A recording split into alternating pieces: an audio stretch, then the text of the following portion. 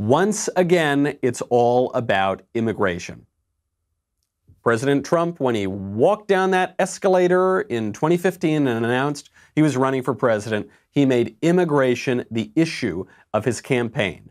That was considered controversial at the time. The other Republican candidates didn't really want to touch it. Trump totally embraced the issue, and guess what? That issue propelled him to win the Republican nomination. Despite what you heard in the mainstream media, despite what you heard from establishment Republicans, there was broad consensus among Americans that we had to stop illegal immigration, that we had to reduce legal immigration. This was backed up in public opinion poll after public opinion poll. Now, we're locking down the whole country, right? You're not allowed to leave your home. Not only are you not allowed to go to bars and restaurants, if you leave your home to go on a walk around the neighborhood, there's a chance that you will be harassed by a cop. That's how certain we are that we need to lock this down. That's how certain we are that walls work. And yet, when you try to apply this logic to the national level, the left goes crazy. They're furious. They say, no, forget about the virus. Listen, the virus is only something American citizens have to worry about. We should continue to flood the country with immigration. That doesn't make a lot of sense. It's a double standard. So President Trump is going hard once again after the immigration issue. He is going to halt all immigration, virtually all immigration, to the United States for 60 days for two specific reasons in this pandemic. Here's President Trump. In order to protect American workers, I will be issuing a temporary suspension of immigration into the United States. You heard about that last night. By pausing immigration, we'll help put unemployed Americans first in line for jobs as America reopens. So important.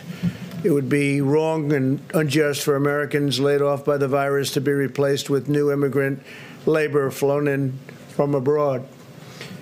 We must first take care of the American worker, take care of the American worker. This pause will be in effect for 60 days, after which the need for any extension or modification will be evaluated by myself and a group of people based on economic conditions at the time. This pause on new immigration will also help to conserve vital medical resources for American citizens. A short break from new immigration, depending on the time we're talking about, will protect the solvency of our healthcare system and provide relief to jobless Americans. Now listen to the way he frames this. This is so smart. You would think that the way to frame the immigration issue during a pandemic is to make it a question of public health. Obviously, right? If I'm not allowed, I'm a New Yorker. I live in California right now. I'm not allowed to go to New York because people are afraid of spreading the virus. So if we've got to reduce even the travel among American citizens to other states, certainly we should be reducing the travel of people from different countries that are affected by the virus into the United States, right? Certainly travel from China, maybe Italy, maybe anywhere, all over the place. But he doesn't frame it as a public health issue. He frames it as an economic issue. And the reason for that is, one, this is primarily an economic issue. You've got 22 million Americans who lost their jobs over the last 4 weeks. Who knows how many over the past week? We still don't have those numbers yet. And so with unemployment now approaching 20%, surely you should not be flooding the country with millions of immigrants per year. I mean, that's always been kind of at the bottom of the immigration issue for the majority of Americans. There are cultural aspects as well, sure, but I think for most people, what it comes down to is an economic issue. When you flood the country with immigrants, then all of a sudden you've got much more competition for certain jobs and the wages decrease. He makes it an economic issue also because then it's very clearly not a racial issue, right? That's what the left always says, and they did it this time again, as always. This is xenophobia, it's racist, it's bigoted. No, it's economic. He's saying, no, I don't care. I'm not even complaining about what language they speak, how they look, how they dress, what their names are. That's not the problem. The problem is a simple economic fact. When you've got 22 million Americans who lose their jobs in a month, you shouldn't flood the country with foreigners who are going to compete for their jobs once the economy reopens. Very simple, not xenophobic. Of course, that did not stop the mainstream media from smearing Trump as a racist, but there is a number coming out of public opinion polling that should make the media and the left very wary of using that race-baiting tactic. Trump could not have been more crystal clear about this issue. It's an economic issue. So naturally, the media screams racism. Since the outbreak, the White House has been using the virus to justify increased restrictions on immigration. They've basically been working up to this. A move like this, though, would be absolutely unprecedented and would essentially shut down the legal immigration system. And one thing is certain, this is definitely going to be challenged in court. Opponents are calling this xenophobic. This morning, the president's hardline immigration supporters, they are praising the move, but opponents are calling it xenophobic. Okay, basically nothing that she's saying on the issue itself is accurate here, or even journalism. Because look the way that she frames it. Always. Opponents are calling this xenophobic. Who are the opponents? What are their names? Are their names ABC News? Because I think those are the opponents. You just don't want to admit that you oppose it because it makes you look like a hack. So the only people who support it are hardline immigration hawks, really probably racists, am I right? And the people who oppose it, they're opponents. And they're calling it xenophobic. Okay, look, I'm just reporting the news. That's what they call it, not me. And then those hardline maniac Klansmen over there, they're the ones who support this. Well, public polling shows that that's not right. It's actually the opposite.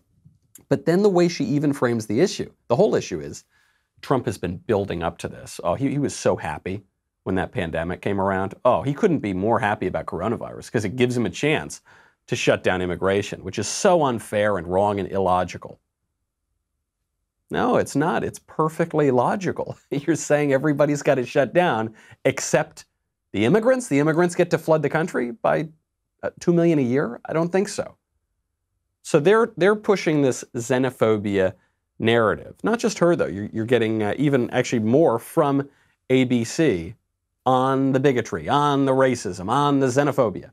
There were strict orders. There are strict orders already in place, but even a temporary pause would be unprecedented in this country. Look, here's what we know. There will be some exemptions for healthcare workers, agriculture workers, people like that. But you heard the president say this is about protecting American jobs. He also says this is about protecting Americans from the coronavirus. But David, we've got to tell you, America has more confirmed coronavirus cases than anywhere else in the world. We should also note that the number of immigrants who are on the front lines in this fight right now, 1 in 4 doctors, 1 in 3 nurses are immigrants. David, opponents say that this is a clear example of the president using this virus to further his hardline immigration policies. This one sure to end up in the courts, David.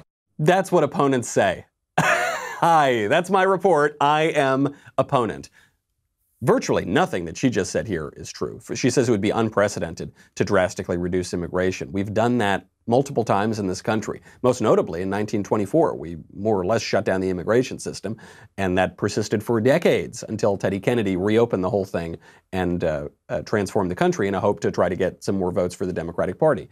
It's happened before that as well. So not unprecedented. Then she says that he's using the coronavirus public health scare as the basis for the immigration order. That just is not true. You heard what he said. It's an economic question. He's not making it a question of public health. And then the opponents say, sure, the opponents do say it at ABC News. Not just ABC News, though. NBC News was getting in on it as well. It's still unclear when he'll sign it. But even without an executive order, immigration during the coronavirus crisis has already slowed dramatically, with the administration imposing broad travel restrictions and suspending immigrant visas. Critics say the order is a political dog whistle aimed at energizing the president's base. Yeah, that's what the critics say and the opponents say. And are the critics and opponents ABC or are they NBC? I guess they're NBC. It's a dog whistle. What is a dog whistle? What he's saying is it's racist, right? Dog whistle is used almost exclusively in the context of racism. You notice how it's only the left that ever hears this dog whistle?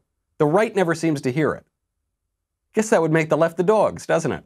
If you're the only one who hears the dog whistle, I believe that makes you the dogs. There's nothing dog whistle-y about this. First of all, it's obviously not a dog whistle because President Trump has been campaigning on this since the first day of his presidential political career. Immigration has been the issue, as it should be. Republicans don't get this. Conservatives don't get this because they believe the left-wing narrative. Immigration is a winning issue. Cutting immigration, I mean, not encouraging it. Encouraging more immigration is a losing issue among huge swaths of the American public. Harvard-Harris poll just came out. A total of 83%, more than 5 and 6 people or so, say that they favor a moratorium on immigration through the southwest border amid the pandemic. Not reduce it a little bit, not reduce it a lot. Stop it completely. 83% of all Americans, not just Republicans, not just Trump supporters. That figure includes 3/4 of Mexican Americans. Very difficult for this to be a racist order if the race that it's allegedly discriminating against overwhelmingly supports the order. 75% of Mexican Americans think we should completely shut down the border during the pandemic. And then 93% of Republican voters think we should completely shut down the border amid the pandemic. I remember there was a poll that came out, I think now it was about a year and a half, 2 years ago, among Democratic, moderate, independent voters. The majority of them supported reducing not just illegal immigration, but legal immigration. And not just a little bit, but a lot, reducing it by something like 60%. Okay, this is just common sense. We now have the highest foreign-born percentage of the population that we've had in well over 100 years. This creates problems in any sort of country, but particularly in ours, which does not have a particularly racial identity, right? There are a whole lot of people in this country, does not have a particularly long history. We're a relatively young country, so assimilation is very important. And you've got the left discouraging assimilation, encouraging people not to assimilate to the United States. So, of course, if you flood it with immigrants, it's going to be much more difficult. You know, politics is circumstantial and contextual. You have to deal with new and changing circumstances. Right now, when you've got a ton of immigrants in the country and not a lot of assimilation, that would be the time to reduce it, whether there's a pandemic or not. And the vast majority of Americans agree on this issue. But Republicans don't learn that because they don't want to be called racists. It is obviously not a racist issue.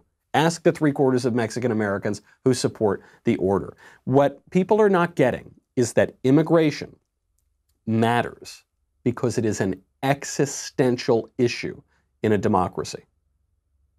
In a dictatorship, it doesn't really matter, right? Because you're going to get the same policies regardless of who comes in and out of the country.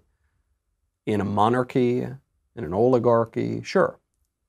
In a democracy, immigration will directly affect the kind of governance you get, the kind of country you have, immediately.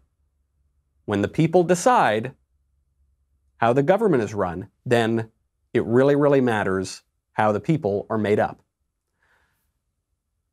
This is obviously not a matter of racial solidarity. There is incredible solidarity generally on this issue among all different races, all different kind of people, all different political ideologies. There's some rumor coming out right now that certain advisors in the White House are encouraging Trump to back off of this executive order. They're out of their minds. They're insane. Trump should have done this years ago, okay? Because even when we talk about a moratorium on immigration, he's not saying a total stop all immigration. That would be crazy. There are always exigencies. There are always cases where, you know, someone needs to come into the country where it would be unfair to shut it down completely. But it should be drastically reduced. This is not even a new idea on the right. You know, I remember on Firing Line, on William F. Buckley's program, in the 1990s, they were debating whether or not to drastically reduce legal immigration, not just illegal, but legal immigration. And you had Arianna Huffington in the affirmative saying that we should reduce legal immigration. That was back when she was more conservative. Still, this was a totally open topic for a debate among the totally most mainstream conservatives ever. This is not some fringe idea. It's not some new idea. It has a long-standing history in the United States, and Trump should do this quickly. If you enjoyed that video, and let's be honest, of course you did. I hope you did. Be sure to hit the subscribe button so everyone wading through the wasteland of YouTube knows that we have the best content out there.